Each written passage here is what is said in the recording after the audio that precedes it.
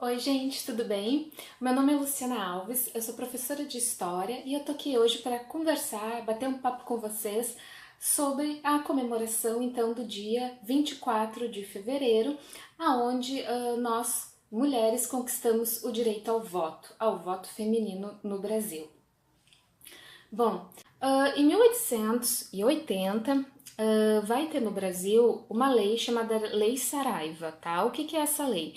Essa lei, ela diz o seguinte, né? Ela diz que a partir dessa data, todo brasileiro possuído de título científico vai poder votar.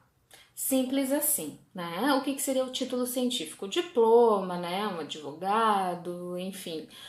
Aquele cidadão que possui um diploma da faculdade, que exerce alguma profissão.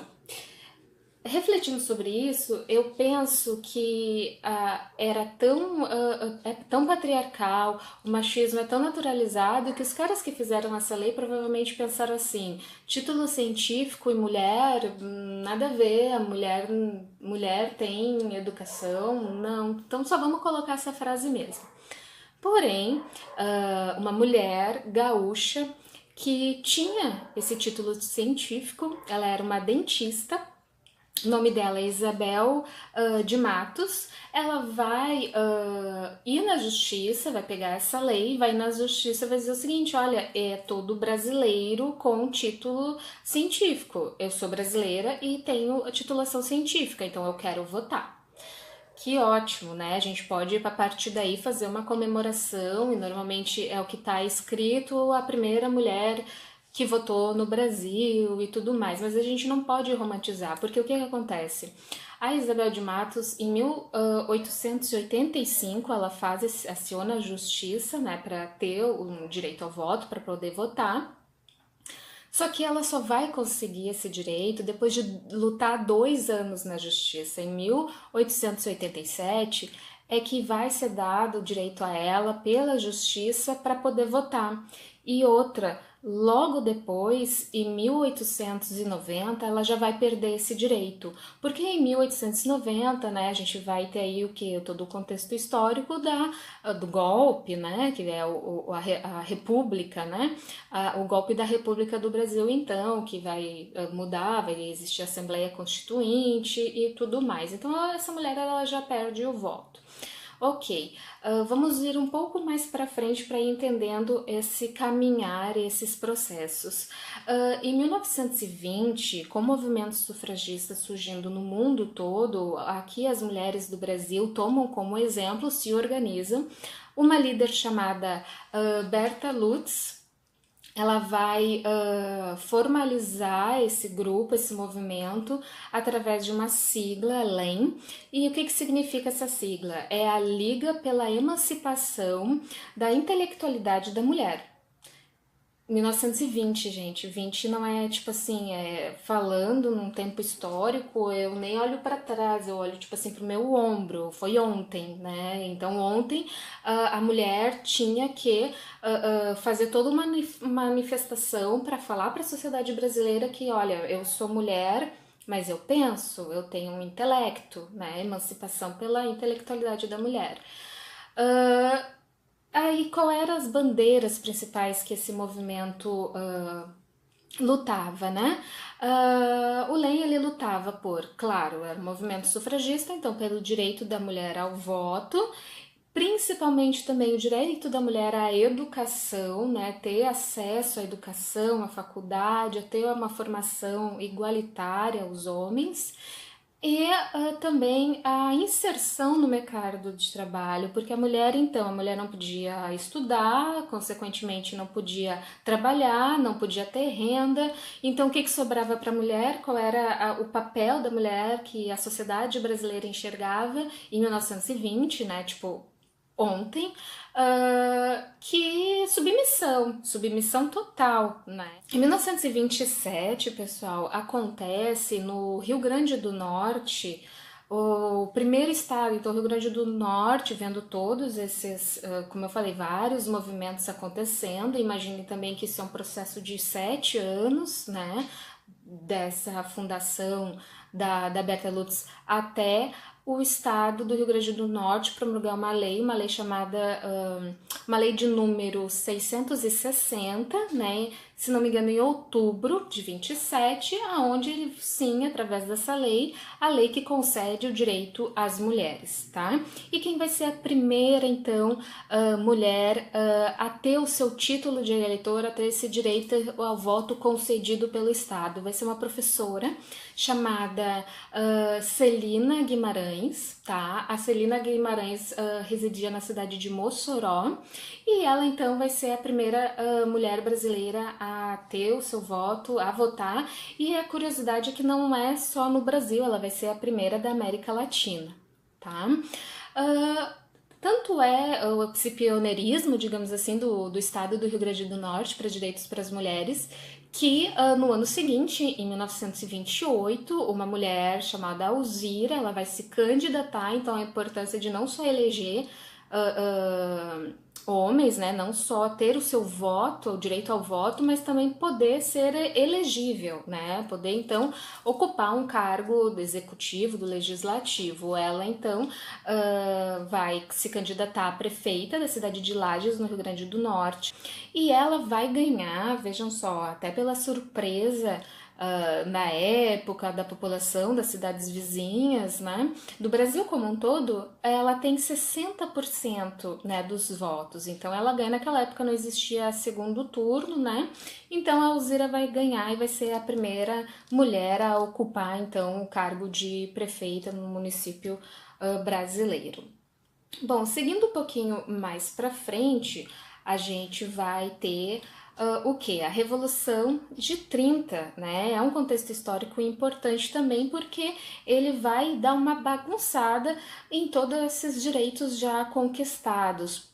Por exemplo, a Alzira, que a gente mencionou, a primeira prefeita, e se a gente só falasse esse dado meio solto, como normalmente se fala, né, e que não é tão interessante assim, a gente precisa analisar que ela ficou pouco tempo no cargo, né? Então não dá para romantizar esses dados, a gente tem que ir a fundo. E eu vou dizer para vocês que ela ficou pouquíssimo tempo exercendo o seu cargo de prefeita, porque 2 anos depois vem a Revolução de 30, né, toda aquela questão de Getúlio Vargas, queimando bandeiras dos estados e tudo mais, como a gente sabe, e ela então sai desse cargo de prefeita e, só uma curiosidade, ela volta no pós-guerra, em 1945, como uma vereadora da cidade, né, após esse período de pós-guerra, onde o Brasil entra de novo numa espécie de redemocratização, né? Porque o Getúlio Vargas, nós vivemos a ditadura do Getúlio Vargas, que durou 15 anos, certo?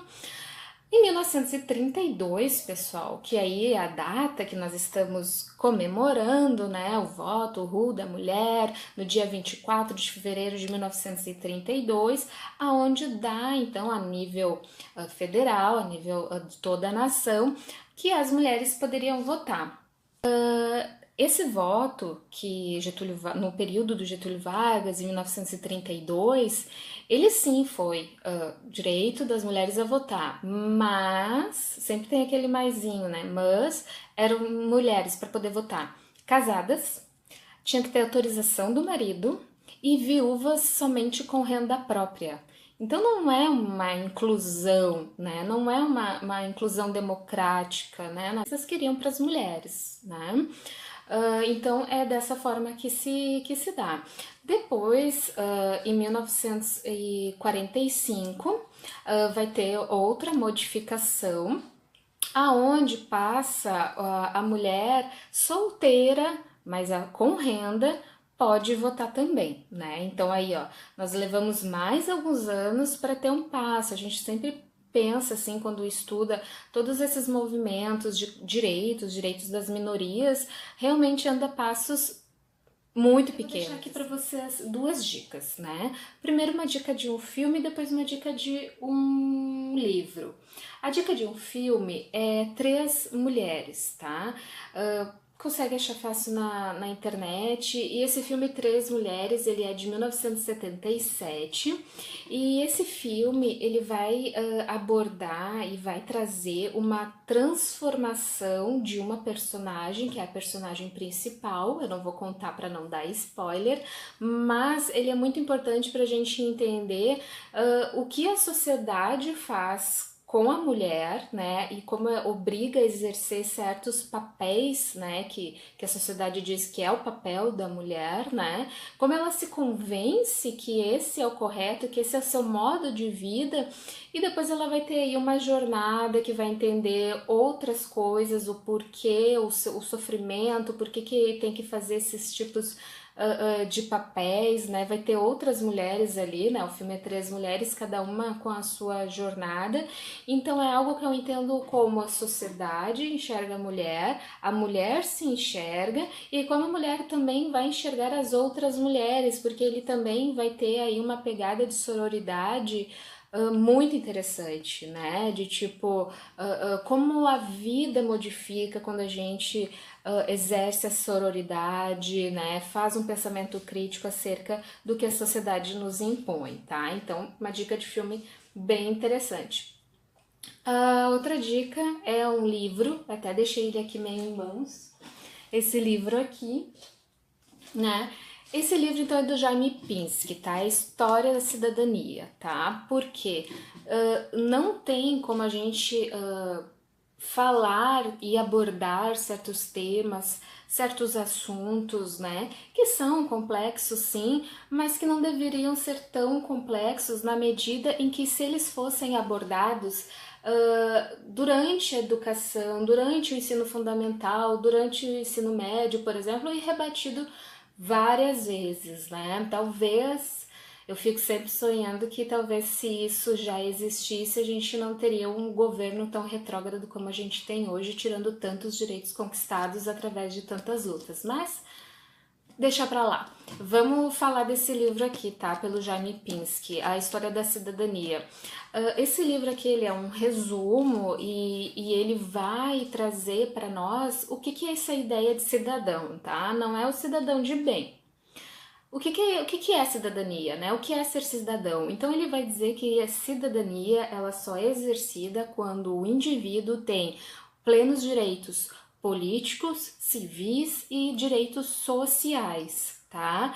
E vai explicar isso de uma forma muito interessante, uma leitura muito gostosa e que eu tenho certeza, eu através assim, criança aprendeu BA é ba, bota esse livro para ela, né? Bota lá na cabeceira esse livro pra gente fazer sentido todas as coisas que pipocam, né, aí nas nossas redes sociais, racismo, feminismo e tudo mais, né, vários ismos, né, antes de sair aí opinando, falando, vamos entender o que é, vamos entender o que faz diferença na nossa vida, de novo, entender as nossas demandas e saber cobrar essas demandas específicas, porque quem tá lá vai atender demandas de quem sabe cobrar suas demandas. E infelizmente não são demandas do povo hoje, né? E o povo, eu, você, né? Todo mundo que não ganha aí, sei lá, 1 milhão por mês, tá certo? Bom, então fica a dica desse livro, é um livro muito interessante para fazer sentido, para ter um embasamento teórico sobre a importância da cidadania, sobre a importância de conquista de direitos, o que são esses direitos, para a gente ter uma vida melhor. Não só as mulheres poderem votar, né, que é a temática do vídeo de hoje, mas para que através desse voto, através da representatividade feminina, toda a sociedade, né, ou seja, a sociedade como um todo, tenha uma vida melhor, que é isso provavelmente que todos nós queremos, né? Muito obrigada por esse vídeo, espero que tenham gostado. Tchau!